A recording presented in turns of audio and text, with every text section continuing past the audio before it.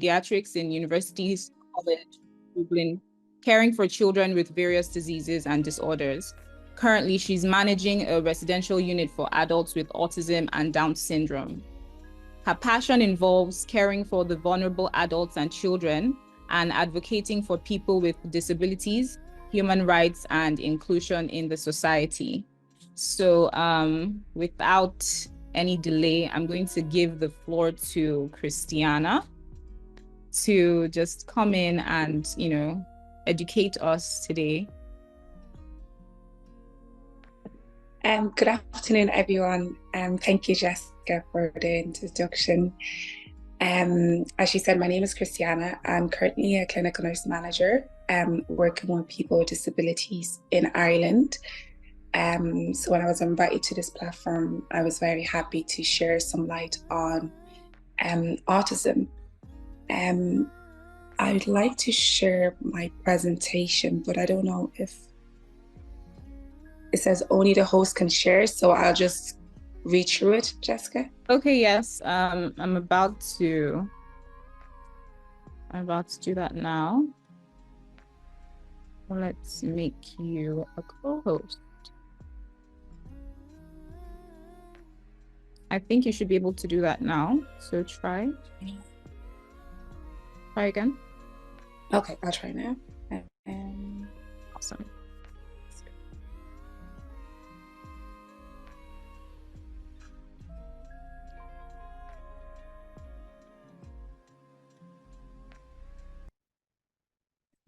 Okay, so can everyone see that? Yes, I can see that. I'm with you. Perfect. So I will start off by discussing what is ASD, the characteristics of ASD, statistics, and the challenges that people with ASD can face in everyday life. So ASD is autism spectrum disorder. It is a neurological disorder that is characterized by difficulties in social interaction, communication, and restricted repetitive patterns of thought. Because autism is a spectrum, every individual can be impacted differently. Some individuals could be on the lower side of the spectrum, where they could only face difficulty with expressing emotions, whilst others could have difficulty in sensory. So it just varies. So that just to give a clarity that not every individual with autism will be the same. So there's a lot of negative perceptions that could be around with people with autism. Some of these could include autistic people are incapable of understanding others' emotions. All autistic people are socially awkward and incapable of forming relationships. All autistic people need help with their daily care. All autistic people can't verbally communicate. All autistic people exhibit violent behavior. All autistic people have an intellectual disability. All autistic people behave oddly, and autism is an illness.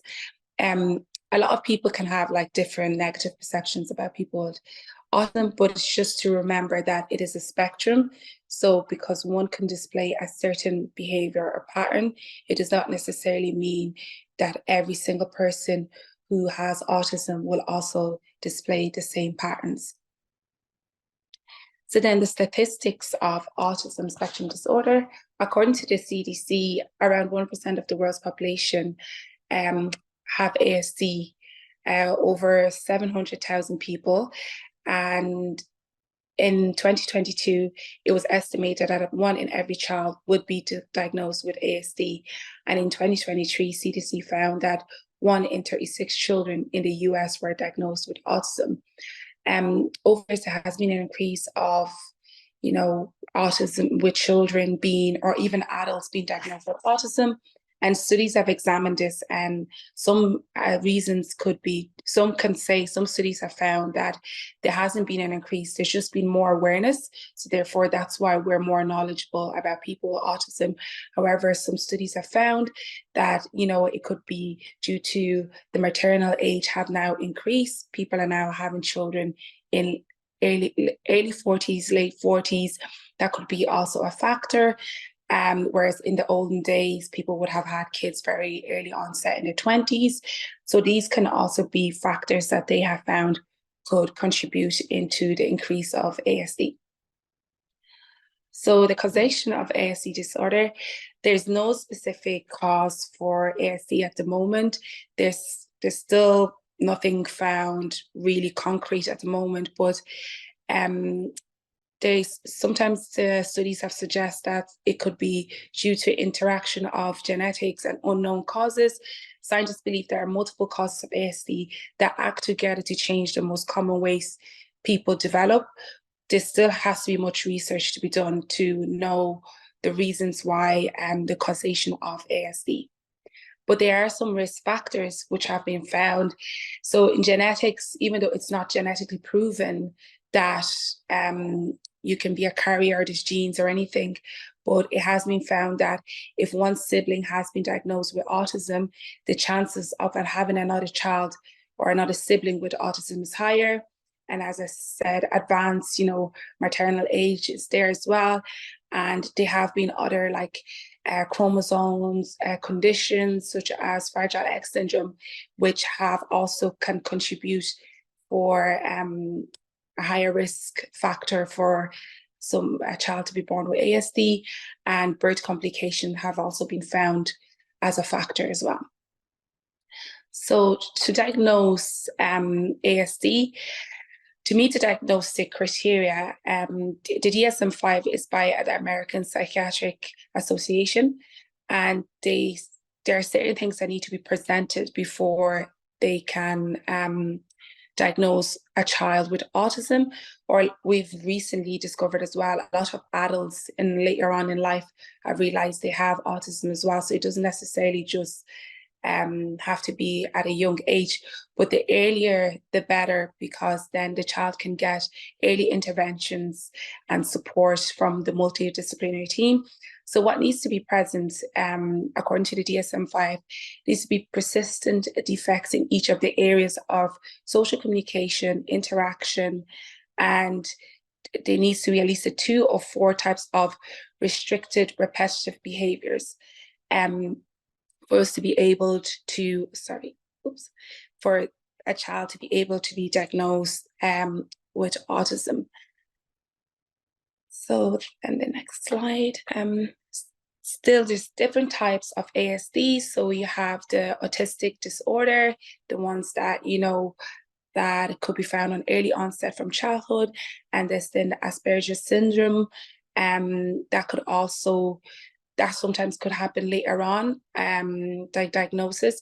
Normally, diagnosing autism ideally could be around 2 years old and onwards, but sometimes there can be difficulty with the diagnosis because the behaviors or the signs could present later on than usual. And then we have the childhood, and then we have the pervasive development disorder as well. So these are just the 4 types of ASD that can be diagnosed. And just for people to be aware, that way there's just not one kind of set of ASD, there's different types as well. And then there's also characteristics that may be displayed. So there's poor eye contact. We see this a lot of children or young adults, they won't be able to make eye contact. Very sensory sensitivity. So there's certain things, they touch, feel, even it comes down to food that they eat, clothes they wear, they don't like the feeling of it. So they're very hypersensitive to sensory items. They could also face some communication difficulties with expressing how they talk, or unable to express, or if expressing, they have limited words. And then they could have repetitive movements and speech where they continuously carry out the same behavior at all times. For instance, it's like going to the door every 5 minutes and touching the door handle. We also see that, or sometimes we could see that they like to, another autistic child would like to maybe check on the shoes, but they will do this repetitive behavior every like 5-10 minutes. And it's kind of like a reassurance thing for them. It's a routine base for them. And it could be also speech related, where they're repeating the same words over and over again. Difficulty with social interactions is also a huge indicator, because a lot of children with ASD could at times face challenges with interacting with other children, where there's other children present, but they have no interest whatsoever with interacting with other children. And this also, of course, develops when they become adults, where the interaction, they choose who they want to interact with, and they might not be willing to interact in a social crowding. And this could be based on they're overstimulated or noise related. They have difficulty processing emotions. This is mainly seen, especially in Asperger's syndrome, where a person with Asperger's could have challenges maybe not knowing when someone is upset and how to respond to the person being upset. Unusual interest in objects, holding objects, or having an attachment to an object that it could be very unusual, but for them, it has a sense of meaning. Sometimes sleep difficulties could also be found, and delayed in reaching milestones. So from a very early onset, where say a child in 18 months is already walking, but some children with ASD, it could take them more than 18 months to walk. So these are kind of like the characteristics that can be displayed. So then we're going to look at how to effectively communicate, to effectively support the individual with the communication. Always remember that their name is at the center. So when having a communicating with someone with ASD, remember they're just this human being, just like me and you. And to always remember to put the name at the beginning. Know that, make sure that they're focused, that they know that you're talking to them, to make sure they're paying attention. And if you're asking any question, make sure it's not open-ended questions. It's direct for them. For instance, instead of asking long questions, like, you went to school today, or you went to work today, did you have a good day? For some people with ASD, it would be better if you're direct and say, how was work today? So that level of communication will be more effective with them. Always remember to use their hobbies and interests in a way to kind of get them in to engage in communication. And also another way is to remember that how they process information. We're still on the communication piece. So to remember that they can find it difficulty at times to filter out the less important information. So that's why it's very vital when talking that you don't information overload. Say less and say it slow. Use specific words, keywords, and repeating and stressing them less. Pause between words and phrases to give the person time to process what you said. Give them a chance to think and how to respond. Do not ask too many questions. Use less non-verbal communication. Should use loads of maybe eye contact, facial expression, gestures, and body language. And as some people with ASD use like visual schedules, timetables, and social stories, which would be their kind of primary way of communication. So whatever way the person feels best communication, follow their lead. And that's the way to kind of go with communicating. And always be aware of surroundings, because noise can be a main factor of also overstimulating and overwhelming people with ASD. So if it's a noisy or crowded environment, that could also affect what you're trying to communicate to them. Also make sure there's no sensory differences, because that also could another challenge for them when trying to process information. And then we're going to discuss like social barriers. There's a lot of social barriers that people with ASD could face on a daily basis. We can go on and on, but these are the ones that I kind of pinpointed, because I'm kind of going based on how I found things in Ireland. And when I was looking around, I seen the challenges will be kind of similarly worldwide.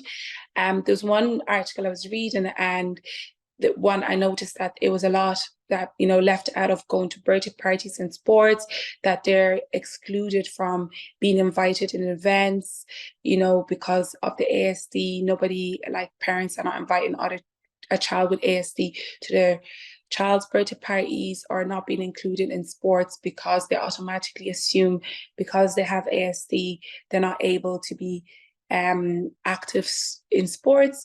And then when it comes to education, the study I found in Ireland said 50% find it very challenging accessing education after childhood education when they're going into like secondary level of school, and the lack of autism classes in secondary school, lack of resources or inclusion in the curriculum for people with ASD. Employment was another significant thing that they might face, you know, barriers in having access to employment. Like the rest of the general population would easily accessibly find employment. And health was another issue where, you know, there's a long waiting list that before they can access any diagnosis or any assessments. Housing was another issue where there's excessive documentation, and, you know, to prove before you're able to get any housing support, they need loads of to prove that you have ASD, and the process can be very long and tedious, which can also be a significant barrier for people with ASD. And also restricted where to socialize. So, because bear in mind, some people with ASD could be overwhelmed by noise and crowd. So majority of the places in the public would be very overstimulating for them. So having an environment where we're acknowledging that, you know, it's not everyone's different, and embracing the difference of people. So having like an environment where you take into account there could be times and periods where the noise levels could be reduced for people with ASD, or creating an environment where they're able to socialize as well without being overstimulated. So then we'll just talk about how to promote social inclusion, because I think that's a huge thing, because a lot of people with ASD are living in their lives and facing challenges and barriers, and how we can help them and support them. So we can do it, first of all, through implementing education, awareness programs, supporting advocacy, supporting organization, and inclusive spaces and opportunities. Communities can pave the way for meaningful and active participation of autistic individuals. So I just give an example in Ireland here. We have, for like education, there's in ways, as much as the education system is really brilliant when for autistic individuals or children, but in adults as they go on, there are some supports in place.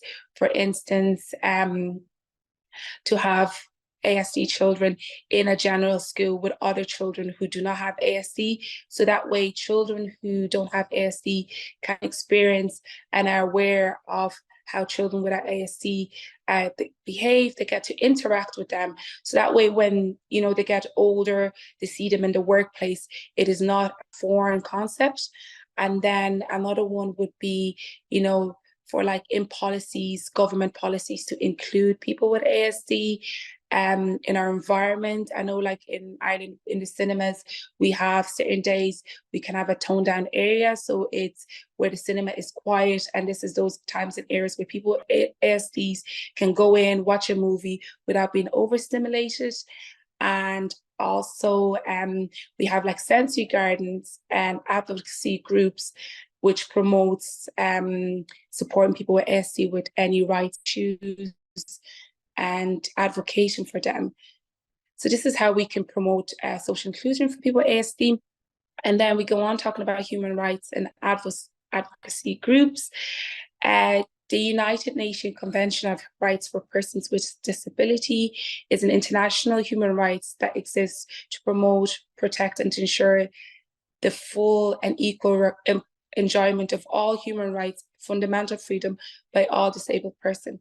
So the UN Convention of Rights discuss, if it's a big document, but it goes on to discuss how everyone, you know, with disabilities or with ASD included in that, have the freedom of choice, freedom of right, freedom of movement, And because they have a freedom of that, it is literally in the powers of the governments, parties, or people in the society to ensure that everything is accessible for these individuals. And the other kind of advocacy groups that we would have here in Ireland would be like the National Autistic Council of Ireland. They'll support people with autism in housing concerns or employment concerns, or if even to this place of like, because they're not working, so they need some financial support, so they would kind of help them finding these kind of supports.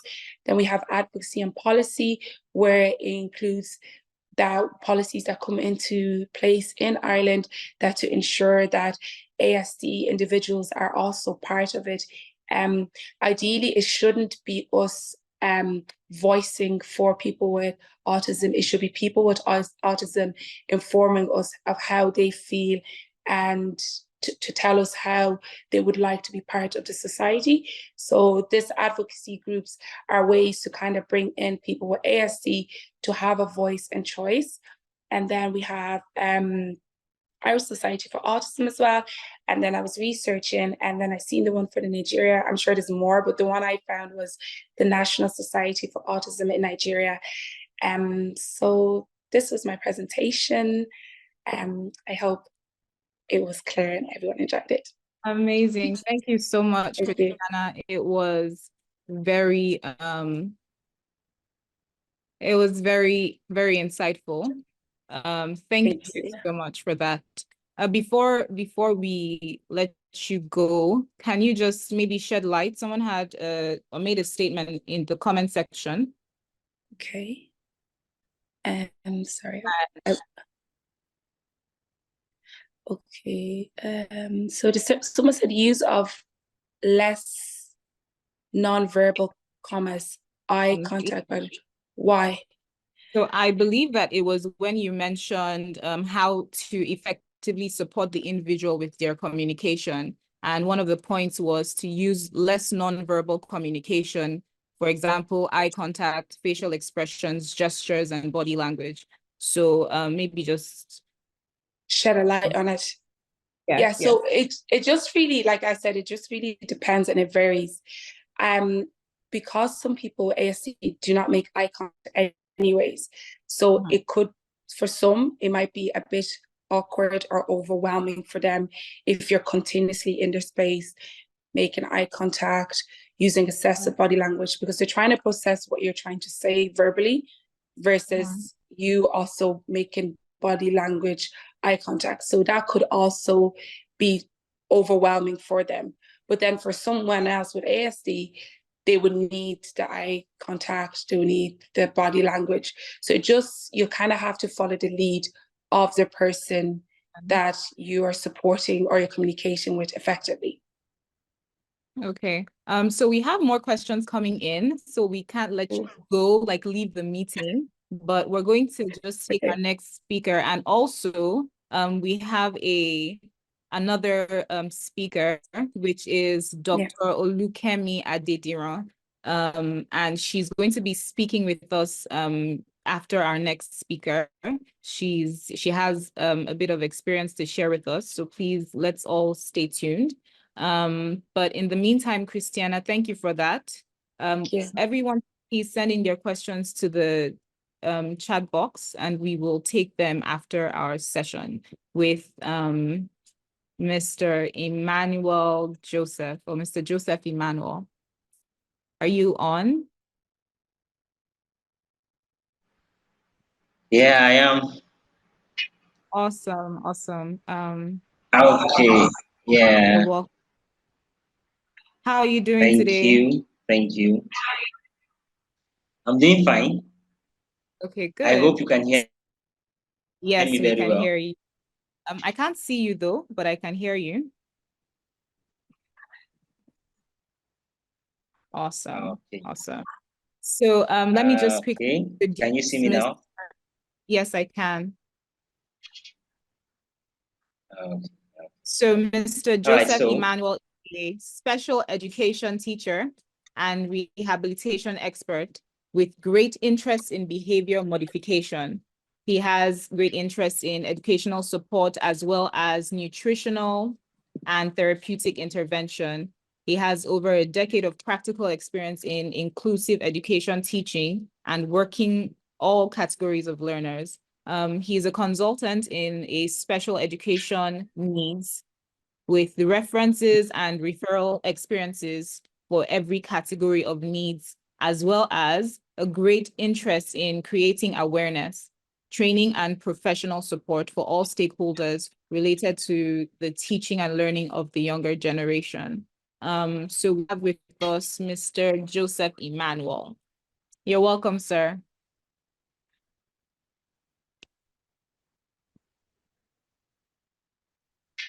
Have I lost him?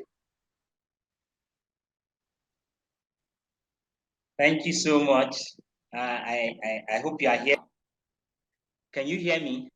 Yes, I can hear you now. Can we all hear him? All right. Yes, we can hear him. Yes, I can hear him. Awesome, awesome. So yes, the floor is yours. Right. All right. All right. All right. All right. So I'll take it. All right. Thank you. Yes. Good afternoon once more. I want to appreciate the organizer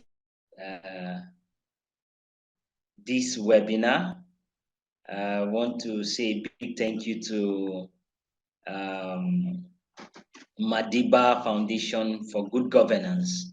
And just in a moment, I am hoping that you will we will share this time together. Now, the earlier speaker, in the person of Christiana Antonio, did justice to several of the things I had in mind, but just to give a little more perspective to some of the things she has said, giving practical explanation. So Yes. I will just, there are certain Mr. Emmanuel would actually really love, because you work with I will the skip. children. I hope you can hear me.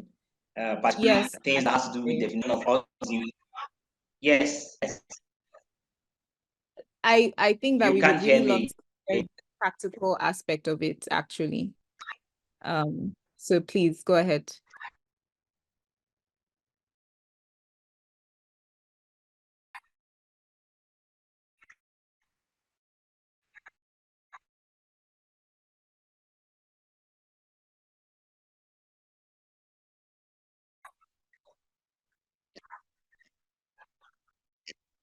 Oh, in neurodiversity, particularly advocating for autism awareness and related disorders. Now, why do we need this advocacy? Why? Why do we need the advocacy? What's important? Why is it necessary? Now, a popular quote that stated that when the purpose of something is not known, abuse is inevitable. Furthermore, we are able to see that if you do not understand these persons,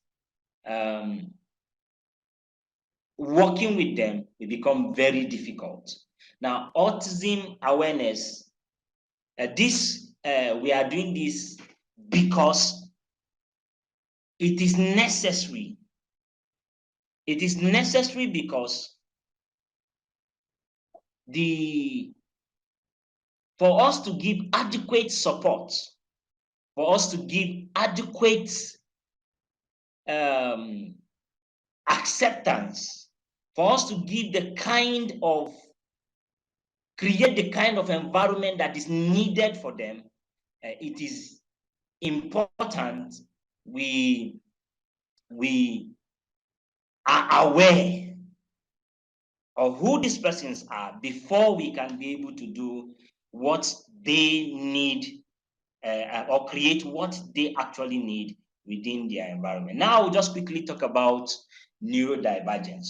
When we talk about neurodivergence, and because we are talking about embracing neurodivergence, neurodivergence is a compound word that is a combination of neuro and divergence, which simply means brain and difference. It simply refers to the differences that exist in the development and the way the brain of these individuals work. So, neurodivergent as a terminology is a non-medical term that describes people whose brain develop and functions differently from what we typically call the norm. And so in special education, it is called the new normal. All right. Furthermore, what are these, when we say neurodivergence, what are some basic examples? So because neurodivergence is an umbrella term covering a whole lot of different cases that has to do with, or different issues that have to do with the development of neurodevelopment, we will not be able to exhaust all the list. So I will just share a little. Now, neurodivergent umbrella. This is a neurodivergent umbrella showing us a number, and this list is non-exhaustive. It is way much more. So just like you can see, we have ADHD, we have ASPD, we have ASD, we have NPD, we have dyspraxia, we have dyslexia, we have sensory processing issues, we have dyscalculia, we have dysgraphia, we have Down syndrome, synesthesia, we have AB, we have HPD, we have schizophrenia, and several others in this aspect. Now, I will only talk about 2 or maybe 3 thereabouts. Now, why?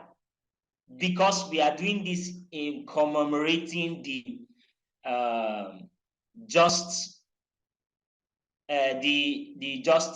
past or the just concluded World Autism Awareness Day, as well as the World Down Syndrome Awareness Day.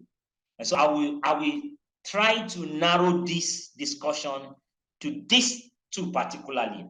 And to start with is autism. I will not talk about the definition any longer because our first speaker has done justice to that. But I want to typically do a little more on discussing who these persons, what they have done.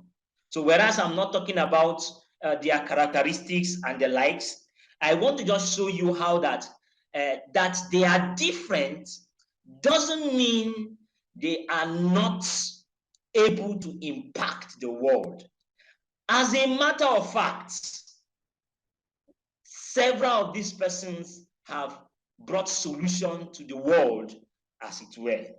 Now, to also state that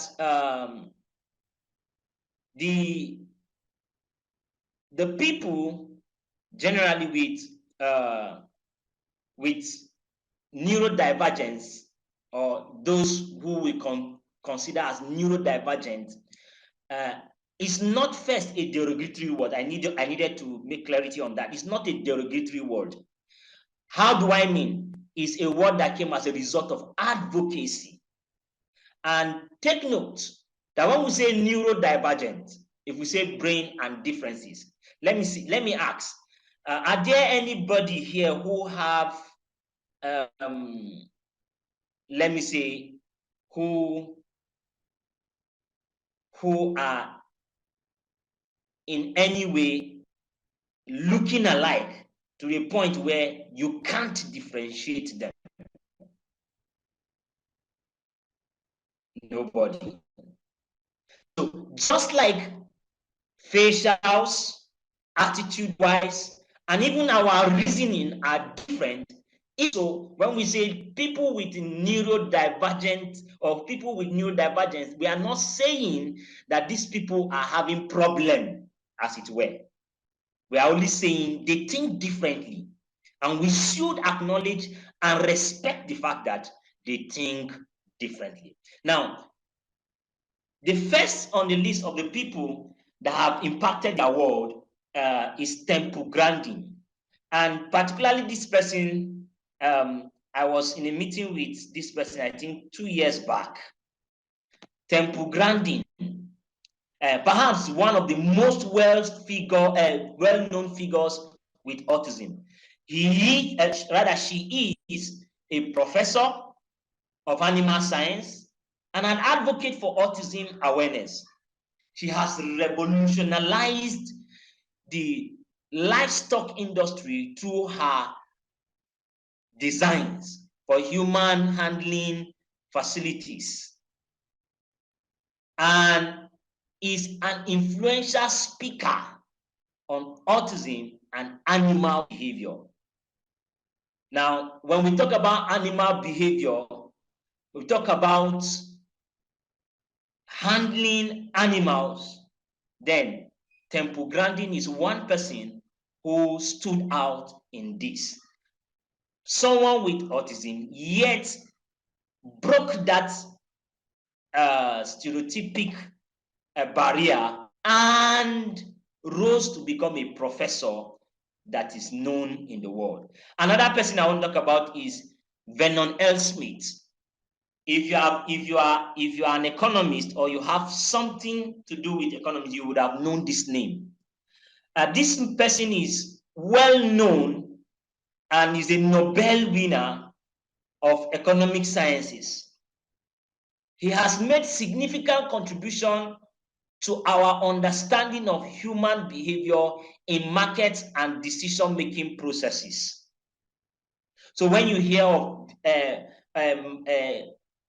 market psychology, when you hear of behavior, market behavior or decision-making processes in the market, especially in the Forex world, then Vernon L. Smith is one person who has made significant contributions to that, and someone considered to be, or somebody once diagnosed with autism.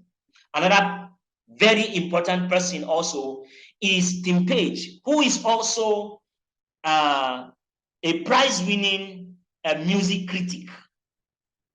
And I must state that I've not just read about this, like seeing this kind of persons. I've worked with children that are typically good with the music, as it were. And these guys are diagnosed with autism. Another person is Stephen Wiltshire. This guy is an artist, and you could pick this guy on an helicopter for a 15-minute tour around Abuja, and he will sit down without looking at what he viewed, because certainly he just viewed it and then moved on. Sit down and draw out exactly how Abuja looks like. Now, this is a city in the Western world, particularly in the Europe, that he saw just by a trip, an helicopter trip, and then he sat or began to draw this. This person is known for drawing cityscapes, often drawn entirely from memory after a brief helicopter ride. This is amazing. So these people are not people we should be looking down on for whatsoever reason. Now, this one is my student. And he drew this with the use of Microsoft Paint. I can't tell you the number of things I have learned from him just being his teacher and supervising and coordinating his learning. I have learned a lot of things from him, just observing him and guiding him. So these people are people we cannot do without as far as development in the world is concerned. All right, another group of these individuals, Down syndrome. What can you notice with these guys? Can you notice the fact that they all look alike? Whether they are black, whether they are white, whether they are Asians, Indians, they all look alike. Now, this is one way to be able to differentiate between children or people with Down syndrome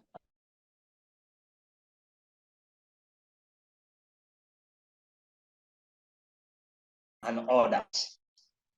Now, what are some of also known as a trisomia caused by the presence of an extra copy of chromosome 21.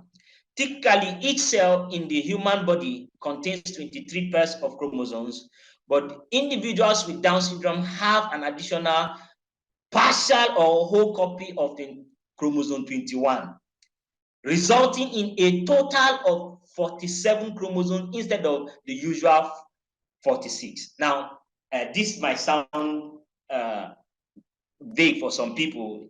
You might not necessarily understand if you are not in the sciences.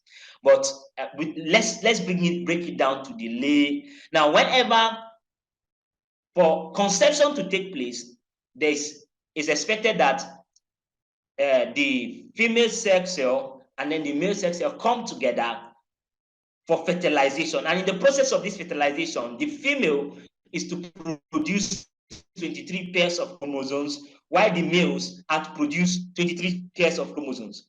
But in a case where, as this fertilization takes place, as a result of genetic mutations, sometimes the chromosome 21 could replicate itself. And as a result of that replication, it results to more than 46 chromosomes that each individual is supposed to have. And this usually is the cause of Down syndrome. Now, having said this, there are several, as it were, characteristics of these persons with Down syndrome. Now, apart from their facials, apart from how they look, the way they look, they struggle with intellectual or reasoning difficulties.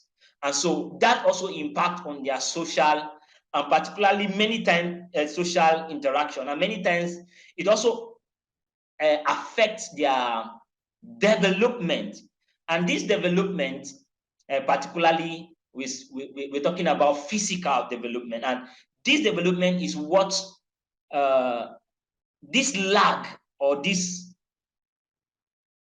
lack of proper development, as it were, I'm being careful in the way I use my words now, this causes them to be associated with such stigma. And as a result, because of the way they are related with, they seem to be also withdrawn socially and lag behind when we talk about social interaction. But with proper support, we have seen a number of them affect the world. The first on the list is Chris Buckley. Chris Buck is an American actor and musician, best known for his role as Corky Thatcher on the television series Life Goes On. This guy, despite the issues with Down syndrome, broke the gene and emerged a celebrity. Another person is Karen Gaffney. Karen Gaffney is also one person who arose to becoming a teacher. Apart from that, a public speaker. Apart from that, she did well in the swimming. She's a swimmer to the point of competing and even winning the English in the English Challenge in 2001, particularly now. Now, another person is Pablo. All of these guys made a difference in their time. What would you say of Tim Harris? Tim Harris is one of the most outstanding for me. This guy is an American entrepreneur who became the first person with Down syndrome to own and operate his own restaurant. So he was an employer of labor. Down syndrome. A lot of these persons struggle not because they are supposed to struggle. Remember, I said they only think differently. It's not like there's something wrong with them. They only think differently. And because we do not know, the stigma on them has made it difficult for us to tap the resources that has been released divinely into them. Now, I would go further to the next. How many of us know this guy? Steve Jobs. Whenever you see this picture, the first thing that comes to your mind is Apple, one of the most outstanding company as far as telecoms is concerned. Now, Steve Jobs was diagnosed with dyslexia growing up. And guess what? Even up until the 9th grade, Steve Jobs was yet to know how to read. But guess what? He was also a very good thinker. And so, neurodivergent. Another person, who do you think this guy is? Tommy Hilfiger, the popular designer. All of these guys made a difference in that time. They contributed to they contributed to development as well as living, contributed to good livelihood as far as living is concerned. So these guys, although think differently, I state again, there's nothing wrong with them. If you see anything wrong with them, it's simply because of the way we related with them. It's simply because of the way we relate with them. For instance, I worked with someone with, sometimes back, I worked with somebody with cerebral palsy. And this person, the first time we were able to send a work home for the parent to work with this child, every time we send work rather home, this person kept, they keep doing it for this child, and then they just keep the child somewhere in the room and just forget about this child. But then, one of those is during our usual IEP conference, we discuss with this parent and we say, we see what you do whenever we give assignments. You typically do these things for these persons. And all we are asking is give them support, do it for them. And when they were able to heed to what we advised, this child surprised the parents. And for the first time, they thought that their child could even reason like every one of them is reasoning. So the way we relate with them. Now, I wouldn't like to talk more again about the causes, noting that Christiana had talked about this. But one thing I want to state from here is, there is a popular, will I say popular now, or a misconception that particularly in the African context, oh, these things is because this thing happened, or maybe the mother or the father, they did something to the gods, or they sinned, and because of that, this is happening to the children. And I just want to take our attention back to one of my most referenced book, and that is in the Bible. In John chapter 9, somebody asked Jesus and said, somebody was blind. And said, who was at fault, Master? Was it his parents or was it his sin? And I like the answer he gave typically. He answered and said, this man did not sin. His parent didn't sin either. But that this works for God so that, no, this was allowed so that God should be made manifest in him. Now, there are several things, there are several capacities that God has created and put in man that we will never have come to knowing except through some of these kind of persons. And on that note, I want to state, how do you relate with these guys when you see them? Many times we want to, oh, I don't know if he's going to slap me, or I don't know if he's going to, but excuse me, these guys, the only difference between them and us, or between them and you, is they think differently. They think outside the box. They don't think the way you think. And that's the reason why the world's problem, several of the world's problem is solved by many of these guys.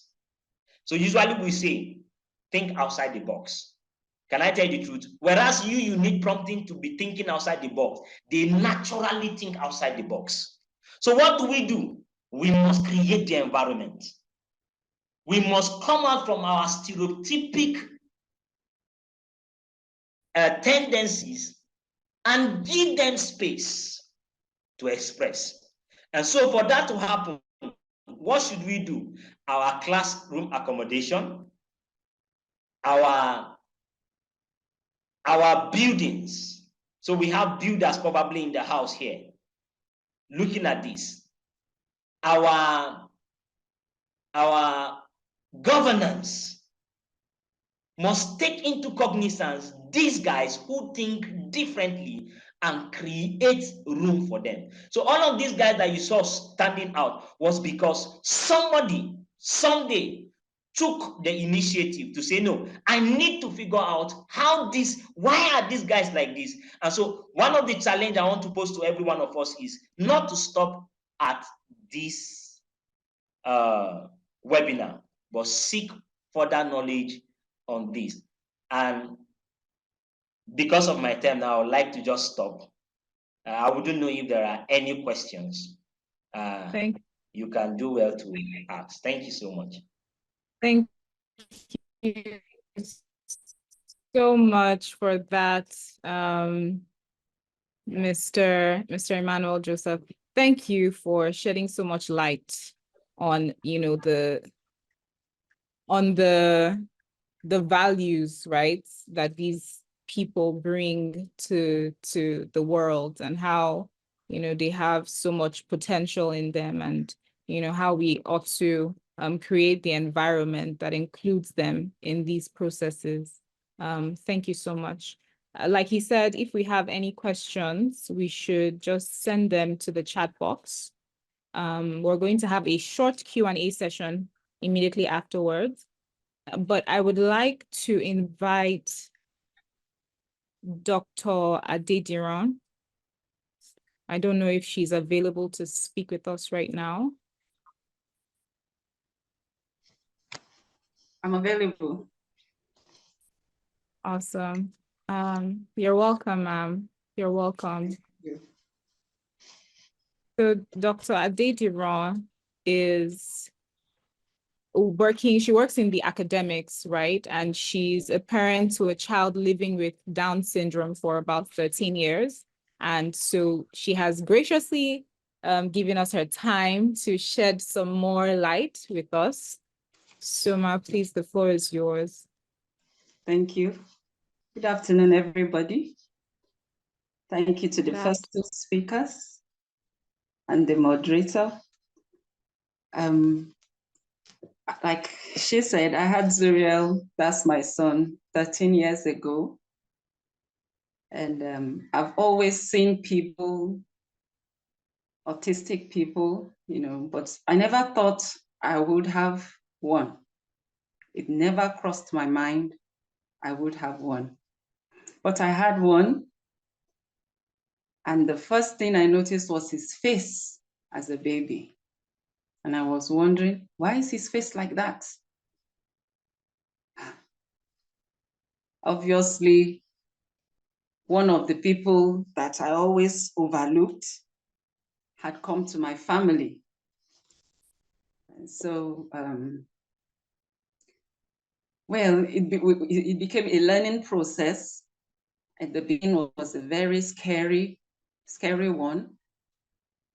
I would just sit down and cry and wonder what the life of this child will become. Gradually, as he began to grow, I began to be strong. I started reading. I knew next to nothing about having a child living with Down syndrome. So the first place I went to was to the internet, and I began reading. So I would read and cry for pity for people, you know, having this who have found themselves the way they are, no fault of theirs. So I started reading. So I knew that, okay, I should expect delayed growth, longer time in reaching their milestones. So as I was reading, the crying stopped, the worrying reduced, didn't stop, up to now it has not stopped, but it has greatly reduced. You know, one of the challenges I had with him was the special care he needed. You know, as a baby, his neck wouldn't hold, his neck would go in any direction. You know, we noticed that he couldn't hear, no matter how loud the place was, he wouldn't show, you know, he wouldn't acknowledge noise. So he needed special care. And the only place I got that care from was from my mother and immediate family. Not many people, even nannies, would handle him properly. So my first support was my family. And that was, up to now, that has been my greatest support, family. To my surprise, he started singing. He was watching cartoons. I would play songs. I noticed he loved them. Gradually started singing, and I was happy and amazed at the same time. So when the singing started, I felt, okay, he should go to school. Okay, so he started sitting, his neck was holding, and what else was he doing? Sorry, I'm trying to jump a lot of the delayed milestones. So he could sit, his neck could hold. He even started walking. When I saw that he was singing and following the songs, I said, it's time to go to school. So I took him to a school for autistic children, Down syndrome children. I took him there. And when we got there, they put him in the class. And the teacher watched him. And after a short time, they called me and said, look, madam, this child has known a lot. He's singing, he's friendly. He walks to anybody he wants in the class and just begins to play. He didn't sit in a corner and say, take him to a mainstream school. He seems better than the ones we have there. So if you take him to a mainstream school, he will strive to be like those ones who can do better than him at the moment. He will strive higher. So that was the explanation I was given. And so we went to a mainstream school. One thing we were looking for first was not just a school, but a place where he will be accepted, a place where he will be loved, a place where people, teachers and children will not run away from him. So that was the first criteria for choosing a school. We found a school that gladly took him, and they allow him play a lot. After a while, I began to feel that, okay, we need a special intervention, that is professionals for his category. You know, so they were teaching him like they were teaching the other children, you know, examining him the way others were being examined. And we were not so comfortable with that. We felt that he needed more. We felt that he was not learning what he's supposed to learn. We felt that the way he was being taught was too fast for him. So at the mainstream school, we also, since they allow him to play, he plays a lot. He plays a lot. And then sometimes his play gets hard. I think his maybe hard play. He never got hot, but his play was hard. Okay, so we also we looked for somebody specialized in dyslexia. That was we just got in touch with somebody. I think he was a member of our church, and I approached the person. I said, okay. At some point, then I withdrew him from the mainstream school, and the person will come home to spend time with him.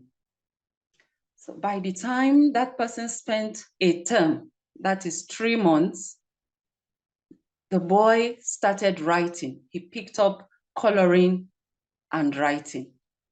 So that's I think he was able to reach the boy.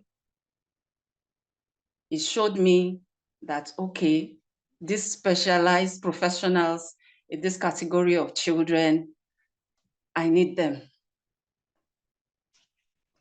Well, after we achieved the writing, the dyslexia specialist, we had to leave town. We left Abuja, we moved to a smaller town. That was where we didn't get any specialized help, but we made do with someone who was able to, you know, connect with him. In the smaller town, they didn't understand him. When they speak to him, he will refuse to answer, and he will just sit down until it was time to close, and they will pack his books in his bag and send him home. So in the smaller town, we didn't quickly get quick help for him. But after some time, we got someone who was patient and friendly with him. And Zuriel opened up. You know, he was the exact opposite of who he was at school with this person. So I engaged this person at home, and his learning was going on well. We used repetition or she used repetition in teaching him, and so they can stay on a particular topic for weeks or months. I think before we left Abuja, we had been told in one of the schools he attended that don't rush him through learning. Don't rush him and say his mates are in primary 1 or 2 or 3. Let him stay at one class until he gets it before you allow him move on. So I was also armed with that. And the new teacher used that method without me having to say it. Repetition. So sometimes for a year, they will be on 2-3 letter words, but I could see the progress. While educating him, I discovered that the extra hands we had along the way, I think 2, 3, we're on the 4th extra hand now, they experienced burnout. And so I said, okay, I didn't discover that it was burnout. They would just stop. We want to do something else. And I wonder what happened. I later understood that they get burnt out.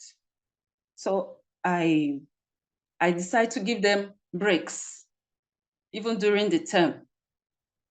During the holidays, I reduced the number of contacts with the professional educators, and we've been doing fine since I started giving them breaks.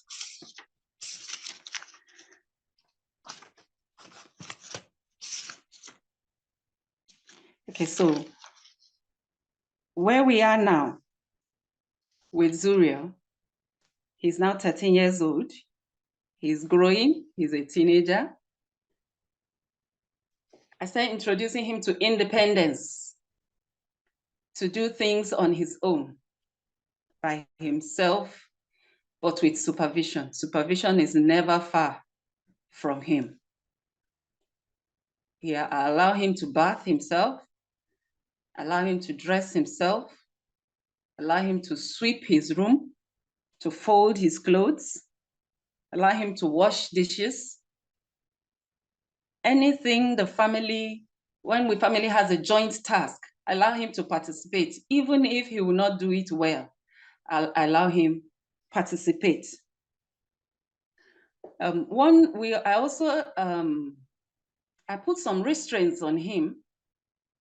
He doesn't go places alone. I don't leave him to visit people alone. Someone has to go with him.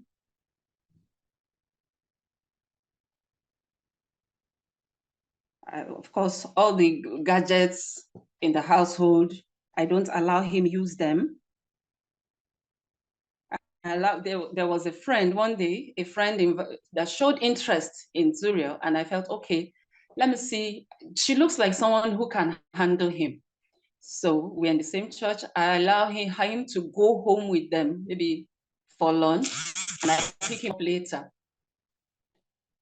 I thought they were doing fine. But one afternoon, I got a call from the friend and said, "Doctor, come and pick Zuriel." I didn't ask what he did. I didn't say why, what, when. I just quietly went there and picked him up. You know, I tried to release him, not someone going with him, maybe policing him. You know, so I tried to release him at that instance, but it didn't work. So I don't release him. I don't allow him go out visiting alone. Now I've gotten to a place where I began to ask myself, what can this boy do? I've listened to all the great innovations and great things that autistic people have achieved. And before I came here today, I have started asking myself too, what can Zuriel do? Because he loved to sing. Whenever he hears a familiar song, even if he's not familiar with it, he will dance. And so I thought, okay, let me try drumming.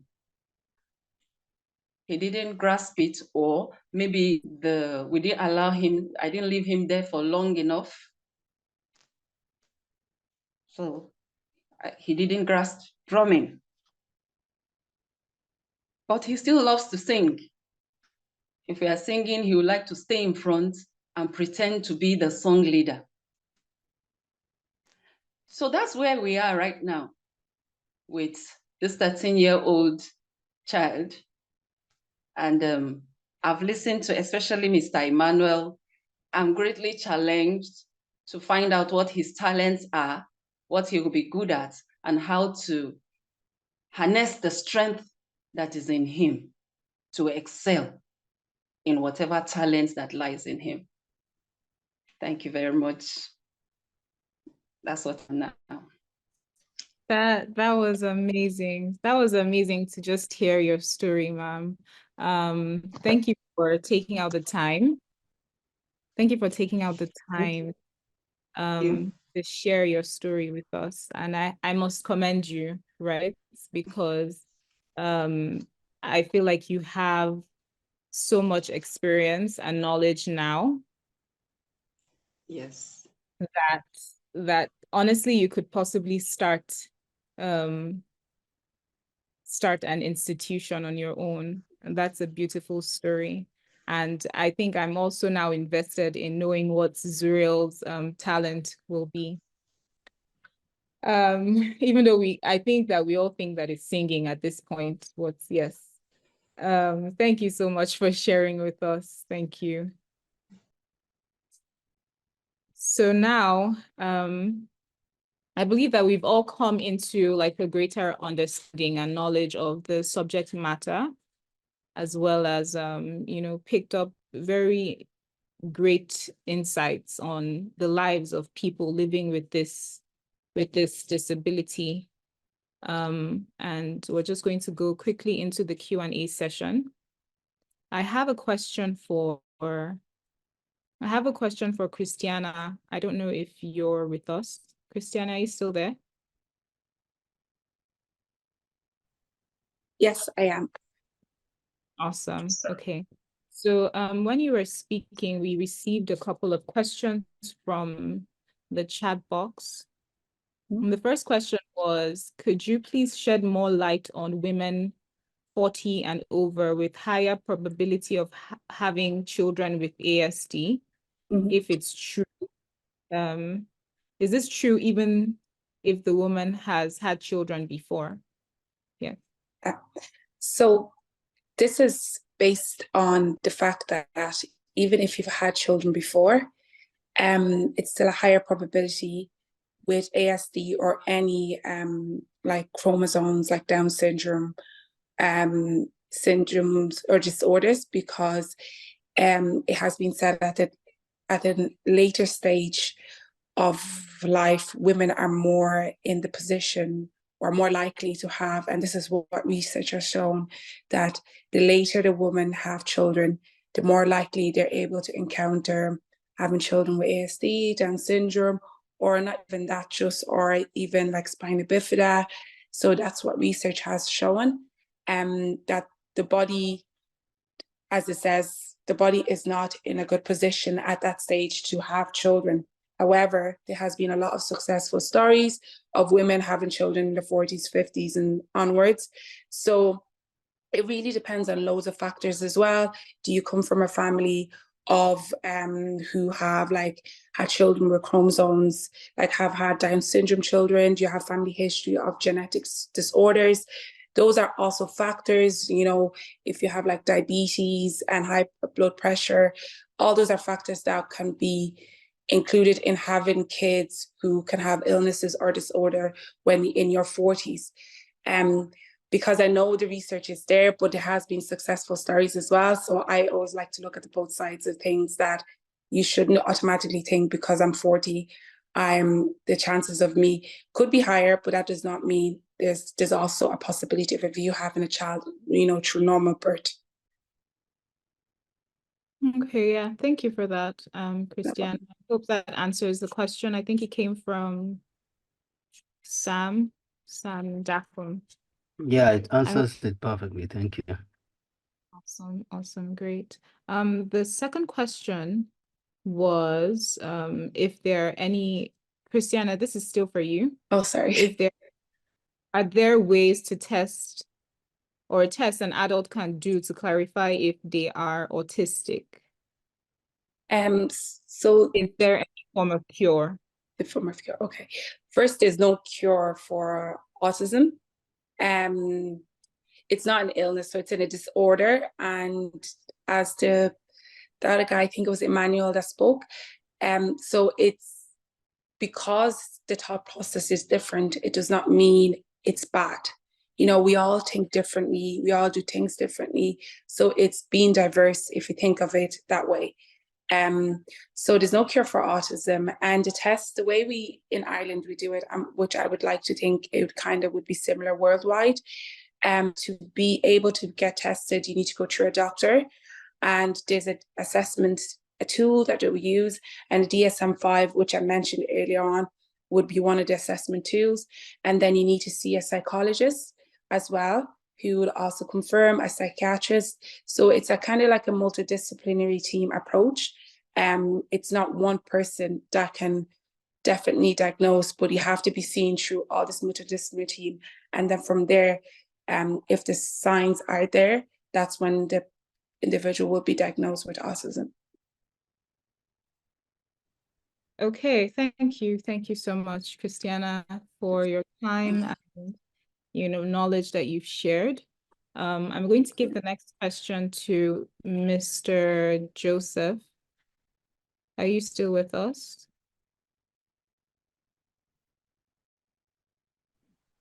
Yes, I am. Okay. So the question is, sorry, a second here. So the question is, are there cases where an autistic child could come out of these repetitive patterns, or a child with speech impediment begins to speak better as they grow? I don't know if you've had, an experience or can give us more information. Okay. Okay, so just like we stated earlier, with much support, a lot happened and we would have imagined.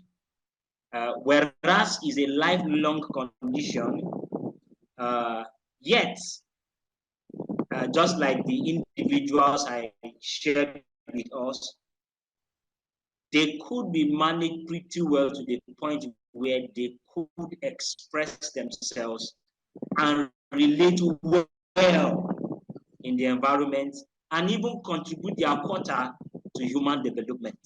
So I've seen cases who improved maybe with speech, improved in writing, improved. They seem to show improvement in different areas of life and endeavor. But what is most important for us is to give them that necessary support. If not, we are not likely ever going to tap the God-given resources that are deposited in these persons. I wouldn't know if that answered the question. I believe it has. Thank you so much, Mr. Joseph. Were you hearing me at all? Yes, I could hear you. Like Tutu acting. Well, Tutu says yes, speech can improve with speech therapy. So yes, I believe that we have gotten an understanding to that. Our last question is to Dr. Adediran. Are you with us? Yes, I'm with you. Okay. So the question is, I think it was, someone when you were speaking, the person asked, how old was he, that's Zuriel, at the stage of putting him in mainstream school? And how old is he currently? When he went into mainstream school, he was 4 years. Okay. He's 13 now. And he's in primary 2. Don't know what grade that will be, 4 or 5.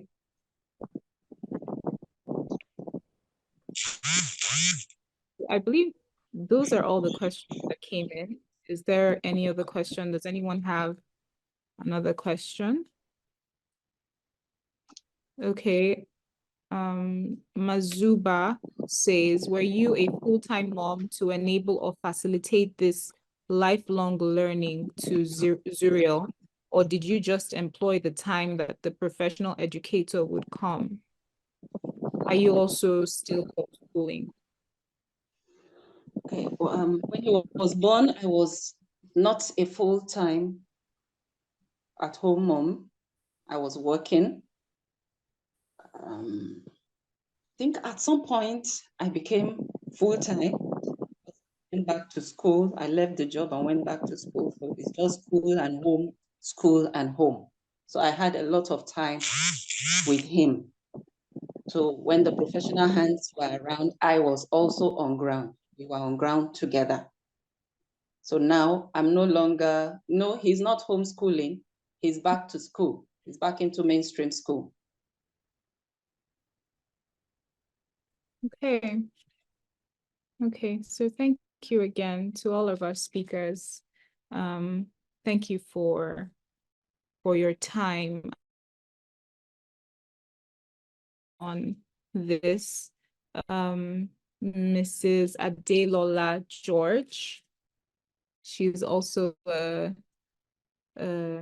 you know, in the space of awareness of autism. So please, let's just give her a few minutes to give a comment as well.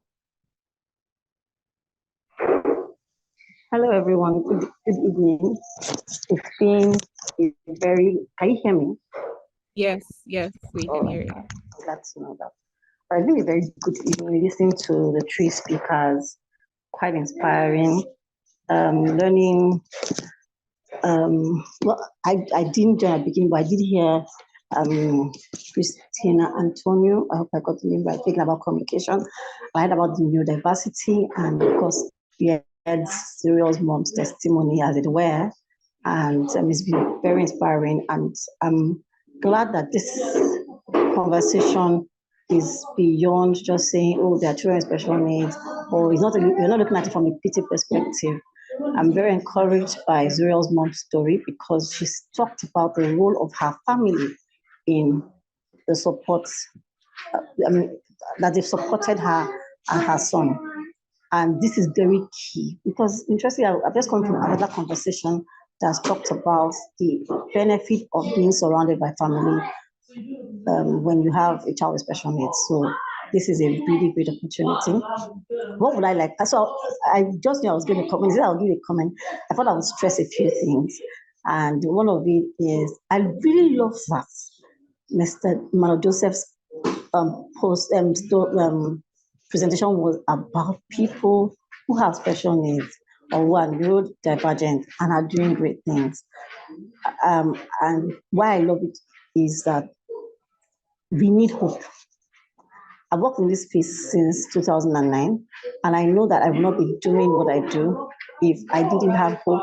The children I work with are not just members of the society, but they are beneficial to the society. And I know that the work I do gives them an opportunity to do that.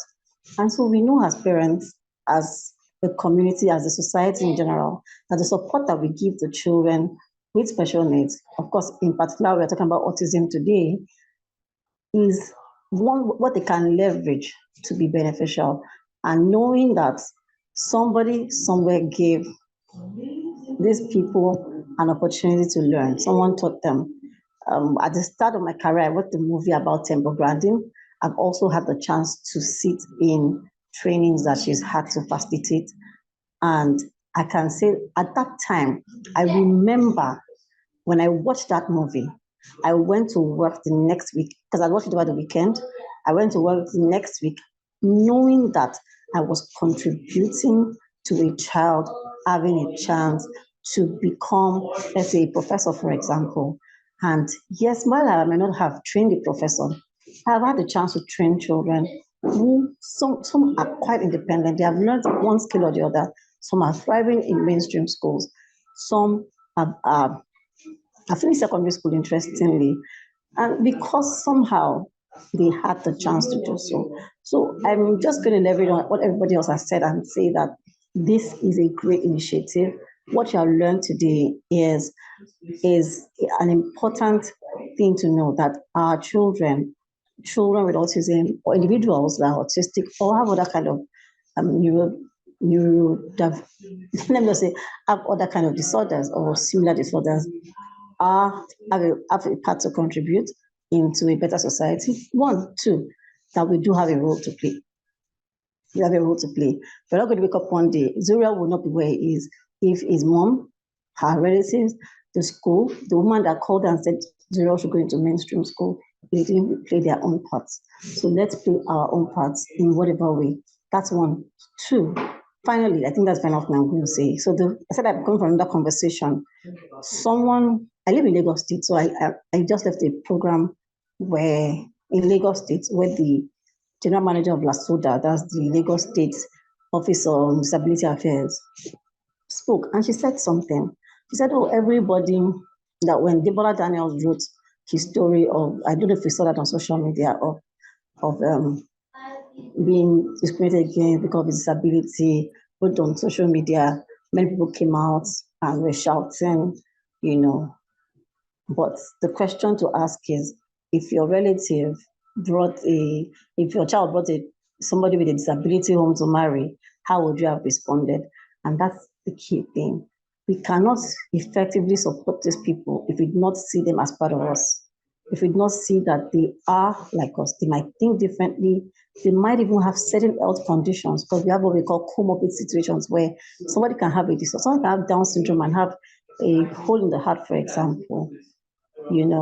If we don't see a person can have autism and have autism and dyslexia, autism and hearing impairment, autism and anything, if we don't see that they are exactly like us, just that their experience is different, we will not effectively support them. We will not accept them as much as we should, and we will not be able to play our roles effectively. So I'm glad for this conversation that we've had today, and well done, Madiba. Well done. Thank you for having me. Thank you for having this amazing event. That I know that we have not just come like that. We are going back with lessons learned. I myself I'm going back with lessons learned. I can imagine how other people feel in the room. Thank you.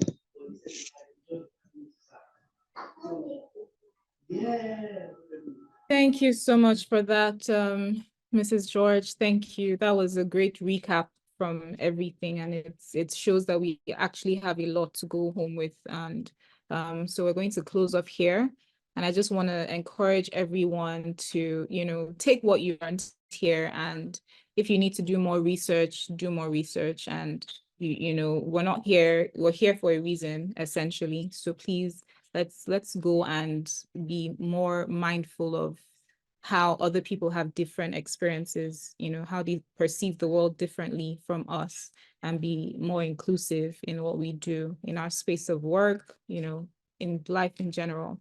So thank you for tuning into this webinar, and have a good evening.